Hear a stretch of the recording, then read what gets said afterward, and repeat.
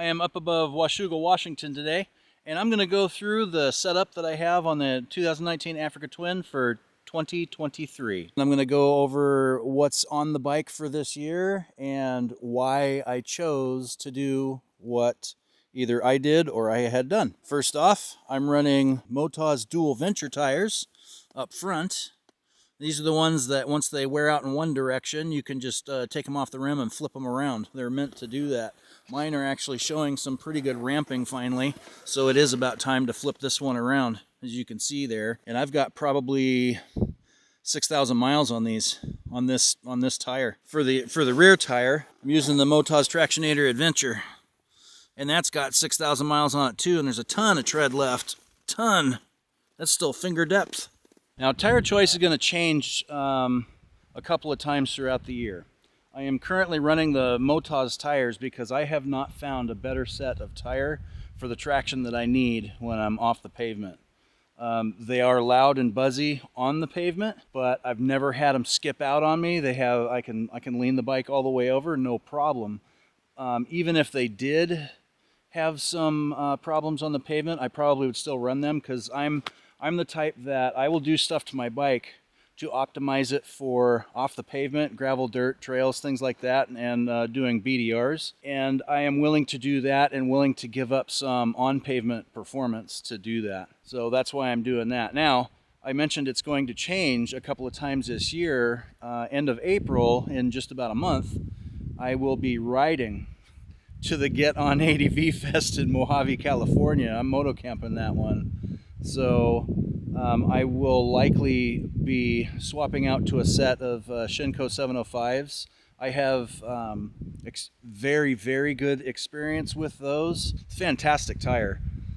So I will use that for all the pavement miles I got to crush. And they still do reasonably okay off-road. It'll be interesting riding the sand in Mojave in those things. But my goal when I'm at that event is actually not to ride Lana a bunch, but actually to do a bunch of test rides and things while I'm there and film the event and just relax and have a good time. Going with Shinko for that, but then when I get back, a fresh set of Motaz is going back on the bike, same as I have on there right now for all the off-pavement stuff that we're doing this year, and there's a lot. Moving on. Went with the Camel ADV high fender kit. Now here's why I did that one. If you saw one of my older setup videos, I had put the Rox 1-inch riser brackets on there that just raised the OEM fender up an inch, and it worked pretty good for a good long little while until I started putting really aggressive tires on the front, such as the Dual Venture,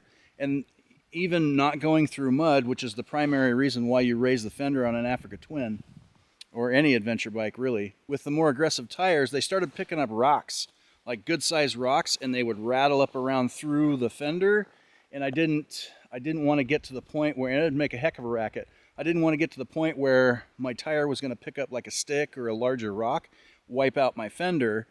And the OEM setup, the fender actually supports the front brake lines. And I have seen, I'll link it wherever someplace up here, but I'll link the video to one heck of a crash. A friend of mine, Tim, aka Timmers on Instagram, he was riding his Tiger and his front fender wiped out, and he went full ass over tea kettle and totaled his bike. So high fender it is. The largest upgrade that I did for 2023 was I fully replaced the front and rear suspension. The tubes and the sliders on the forks are the same, but I went with a full cartridge replacement from Tractive suspension in the front. However, I consider this my forever bike, so to me, it was worth the investment. I went with Tractive. They are the company that actually makes Touratech's adventure bike suspension for them. Same stuff, but it's cheaper because it's not yellow anodized and it doesn't say Touratech on it. And what that did was, it's fully enclosed cartridges, it's full replacement, just swap the cartridges out. The pistons and the valves are bigger around. The valving is much better, so compression and rebound, when you use the clickers, it actually does something. Instead of compression and rebound being on both forks, I've got compression on the left fork And I've got rebound on the right fork and adjustable preload on both. And I'm up here today in the snow and the gravel and the dirt and the very rough roads to finally get some off-pavement testing of this new suspension. And wow, gigantic difference. I've said that I had my bike set up so it rides like a dirt bike before. Not even close to what it is now. There's no comparison. Night and day difference. This stuff is as close to Öhlins suspension as you can get without spending Öhlins suspension money. I actually was considering going with Öhlins, but I would have had to have wait for the back order until, I think, what was it, September. On the back, I put a tractive suspension shock, full shock on there. This is no longer the spring preload. That actually is hydraulic preload. The rear shock, I can still adjust the spring for the main part of the preload, but then I can fine tune it with this hydraulic preload adjuster to fine tune for my weight variance and my luggage. In addition to that, it has rebound, and it has not just compression damping, it has high and low speed compression adjustment on this. It's a little bit hard to see while it's mounted on the bike, but it also has a much larger shock body, and it has a much larger piggyback reservoir for more fluid in there. Now what that also allows is the pistons in the valving for the shock are also much larger. So when you adjust something, you actually notice it, and it has tons of adjustment. I had Paul Sussbauer from Evo, Oregon put everything on for me, and when he ordered the parts for me, he told Tractive what I was doing with the bike, what type of bike it was going on, that I carry luggage, that I ride like a 17-year-old kid sometimes, so it needed to be pretty burly stuff. So when I purchased the fork cartridges and the shock, they already had them set up from the factory for my needs, and they put the proper spring rates in the front and the rear for me as well, included in that price, which is just freaking awesome. I love this suspension. If you are considering upgrading your suspension, particularly on your Africa Twin, don't overlook Tractive suspension, man. They are awesome. Now for more of the protection items, up front, I have, right up in there, you can kind of see that. These are radiator guards. They're aluminum fin guards from Altrider. It should be pretty obvious why I put those on there. That's actually one of the first accessories I put on the bike when I bought the bike. Because the bike just comes with just a chintzy little plastic cover over the radiators. And I knew that I was going to be riding off-road with rocks and everything. I didn't want to wipe out my radiators, so I put those on there. Moving right along, I've got a Outback Motortech bash plate. I've got mid and engine bars from Outback Motortech on there. These things are beefy. I have not laid the bike down yet with them. I don't plan on doing that, at least on purpose. It's going to happen at some point, I'm sure. If you're familiar with Outback Motortech, you know that they crash test their bars. As soon as they get a set of bars done for whatever bike they're building them for, before they start selling those bars, they literally go out and they drop the bike, they drag it behind the back of a car, everything. Their bars are no joke. Outback Motortech, very good. I am also using their pannier rack to carry my my bags and everything. Moving on to more ability to carry bags, I have the pillion plate by Altrider. This one stays on there pretty much through the summer when I'm doing trips. Other than that, I take it off just because I literally don't need it. It's not really a weight savings to take it off because it's incredibly light, but I mean, it just doesn't need to be back there. But I've got it on there now. Now, as far as luggage goes, I use Giant Loop. If you've been watching any of my videos at all, I've used Giant Loop for years now. Fantastic company and a great product. I use the Diablo tank bag. That was the first bag that I ever purchased years ago, and it's the same one and it's still going strong. This particular version of the Giant Loop Diablo is not waterproof, but it's water resistant. I haven't ruined anything in there yet. So it does come with a dry bag pod. You can see it right over there sitting on the ground. That dry bag pod goes inside of the tank bag, and in that is what I carry this camera in, and the stuff I need for this camera. For my pannier bags, I use Giant Loop's Around the World pannier bags. This year I'll be able to carry the majority of my gear just in those bags, and I will either use my Giant Loop Rogue or Tillamook dry bag on top of the bike for probably just clothes. The lightest items will be on top of my bike.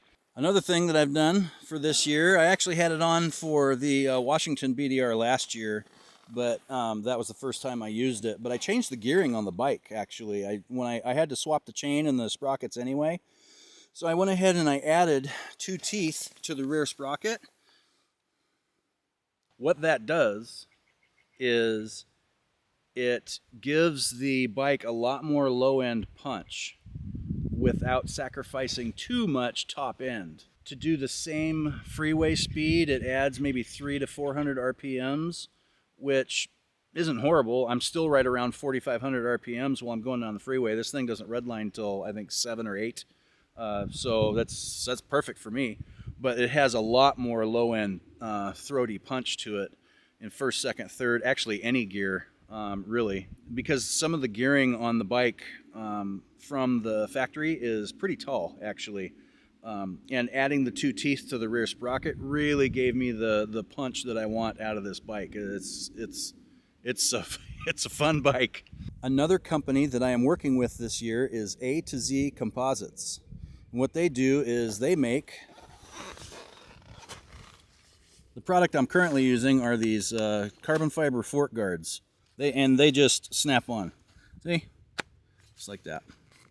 That helps keep rock dings from screwing up your forks. They also make other products, and I actually am working with them right now to make a protective cover for the rear brake reservoir. It's always been kind of a weak point on the Africa Twin, is it's just out there and it's exposed just with one bolt. So we're working on something to cover that up. So look for that product soon. If you want some cool fork guards or other stuff for whatever bike that you ride, they make products for a lot of different bikes and not just fork guards. But if you're looking for some just cool looking carbon fiber protection items for your bike, A to Z Composites. Their link will be down in the description as well. Now we're going up top into the cockpit.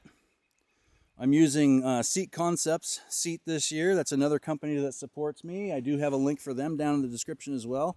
The Seat Concept seat really increased my ability to ride longer distances without needing a brake. Very good upgrade. The OEM seat on the Africa Twin is notoriously funky. It's pretty hard. It doesn't really even start breaking in until after about 4,500 miles, and even then it's just so-so. Now we're going up into the meat and potatoes of the control center. Hand grips, I went a little bit wider and squishier with Pro Taper. For long freeway trips, I use the Atlas throttle lock to be able to see behind me. Double take mirrors. And to protect my hands, I've got Bark Busters with the Storm plastic covers on there. All of that stuff should be relatively self-explanatory why I use. I use the 2-inch adjustable risers by Rox, and they are adjustable because it mounts here, and if you loosen these bolts here and the one in back, you can rotate your bar forward and back. I have mine rotated a little bit farther back just for comfort. Now, using risers on your bike is not necessary. When you buy a bike, don't just automatically throw risers on. I don't recommend that. Ride the bike for a little while, get used to the ergonomics, and you in a lot of cases, you're going to find you don't even need them. In my case, I did need them because I was starting to get shoulder soreness, and my fingertips would go numb a little bit because I felt like I was always reaching for it, no matter where I sat on the seat. So I put that on the Rox risers, and the problem went away. Moving along in the control center, I've got the windscreen brace by Camel ADV, and that helps support the OEM brace for one thing, because it can rattle the welds and crack them. And to that, I have mounted my Garmin Zumo XT GPS, and I have that hardwired into. Did you guys hear the woodpecker? I have the Zumo hardwired into a key switched port behind the fairing up front. I also still have my USB accessory port right there. And the very last thing that I'll talk about today is the foot pegs. I didn't do anything with them. I haven't swapped them out. The only thing that I've done is I took out the rubber inserts, and just so I can get a little bit more grip with my boots. Oh, I lied. There is one last thing. I do have the center stand mounted on there, and I'm actually considering taking that center stand off, because all it does when I'm off-road is clack around, and anytime that I'm on a long trip, I never use it. So I may actually take that off. So that is my setup for a 2019 Africa Twin for 2023. I'm not saying you have to do this to your bike to even ride off-road. If you're thinking about getting an Africa Twin, get on it and ride it and just see how it works. It might work great for you right out of the box. You don't know. Me, myself, and I myself am a heavier spring rate, so I needed better suspension right off the bat. So, and that's far easier than going on a diet. So your bike might work for you. What I'm saying is, if you want more capability and confidence off-road, consider some of the things that I've done to my bike. I can almost guarantee it's gonna help your confidence and, most importantly, your comfort while you're off-road. This has been an Explore Adventure Moto production.